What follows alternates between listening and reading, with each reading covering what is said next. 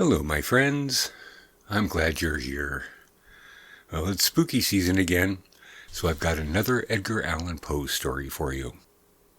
This one doesn't seem as popular as The Raven, but it's still a very interesting story. We're going to get right into it. So sit back and relax and sleep well.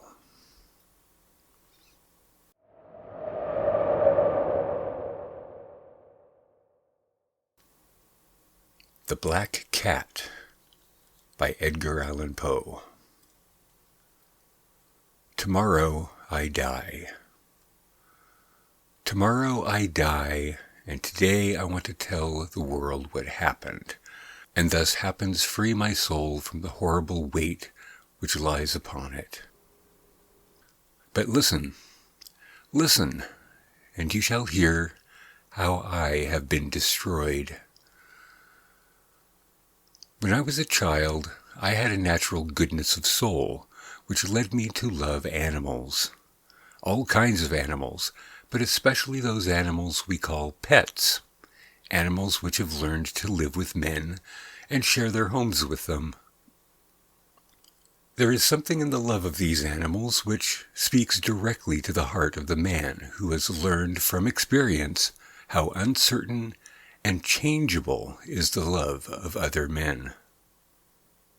I was quite young when I married. You will understand the joy I felt to find that my wife shared with me my love for animals. Quickly, she got for us several pets of the most likable kind. We had birds, some goldfish, a fine dog, and a cat. The cat was a beautiful animal, of unusually large size and entirely black. I named the cat Pluto, and it was the pet I liked best. I alone fed it, and it followed me all around the house.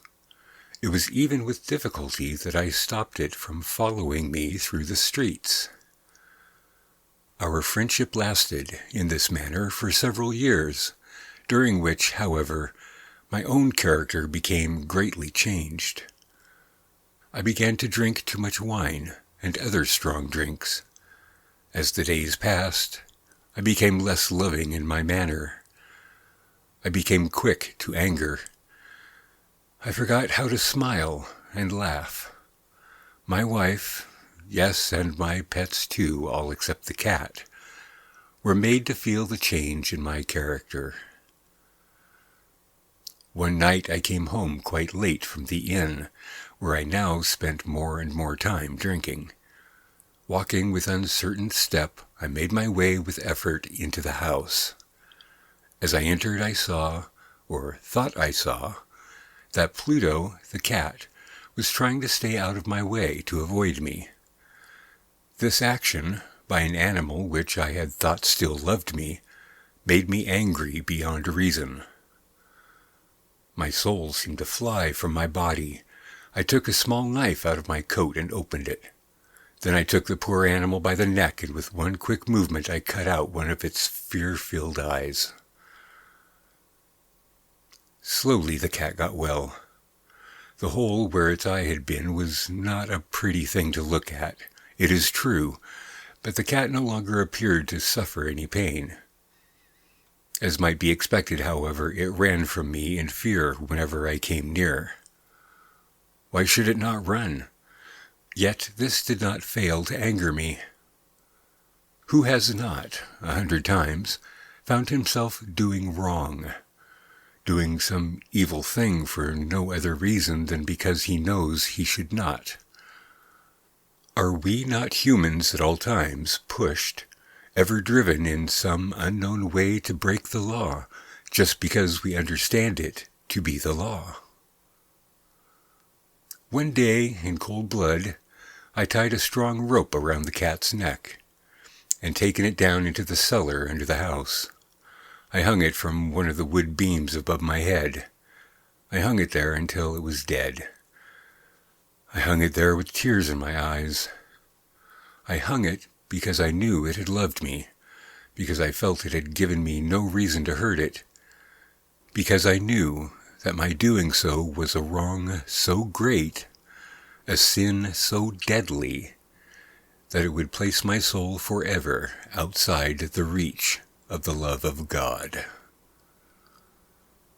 That same night, as I lay sleeping, I heard through my open window the cries of our neighbors. I jumped from my bed and found that the entire house was filled with fire. It was only with great difficulty that my wife and I escaped. And when we were out of the house, all we could do was stand and watch it burn to the ground. I thought of the cat as I watched it burn, the cat whose dead body I had left hanging in the cellar.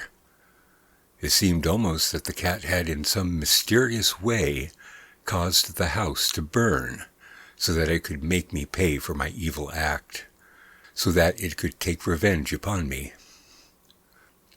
Months went by, and I could not drive the thought of the cat out of my mind. One night, I sat in the inn, drinking as usual. In the corner I saw a dark object that I had not seen before. I went over to see what it could be. It was a cat almost exactly like Pluto. I touched it with my hand and petted it, pressing my hand softly along its back. The cat rose and pushed its back against my hand. Suddenly I realized that I wanted the cat. I offered to buy it from the innkeeper, but he claimed he had never seen the animal before. As I left the inn, it followed me, and I allowed it to do so. It soon became a pet of both my wife and myself. The morning after I brought it home, however, I discovered that this cat, like Pluto, had only one eye. How was it possible that I had not noticed this the night before? This fact only made my wife love the cat more, but I, myself, found a feeling of dislike growing in me. My growing dislike of the animal only seemed to increase its love for me. It followed me everywhere, always. When I sat, it lay down under my chair. When I stood up, it got between my feet and nearly made me fall. Wherever I went, it was there. At night I dreamed of it, and I began to hate that cat. One day my wife called to me from the cellar of the old building where we were now forced to live. As I went down the stairs, the cat, following me as always, ran under my feet and nearly threw me down. In sudden anger, I took a knife and struck wildly at the cat. Quickly my wife put out her hand and stopped my arm. This only increased my anger, and without thinking, I turned and put the knife's point deep into her heart. She fell to the floor and died without a sound. I spent a few moments looking for the cat, but it was gone. And I had other things to do, for I knew I must do something with the body, and quickly.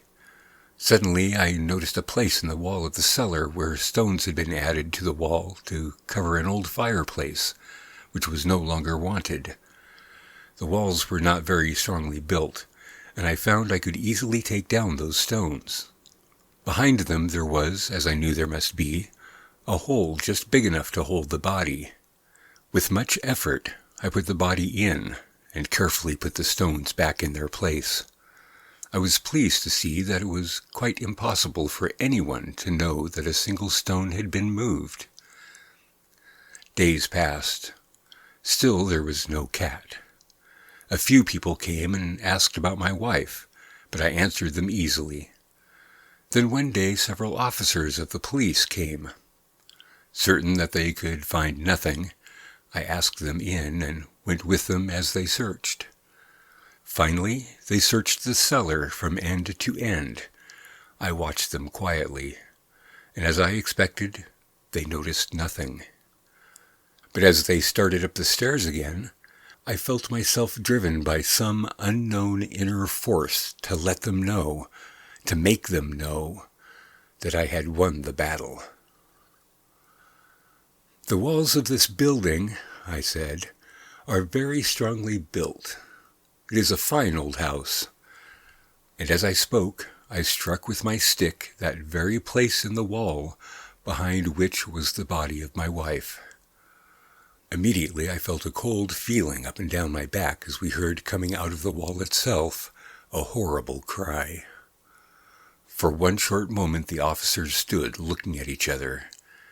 Then quickly they began to pick at the stones, and in a short time they saw before them the body of my wife, black with dried blood and smelling of decay.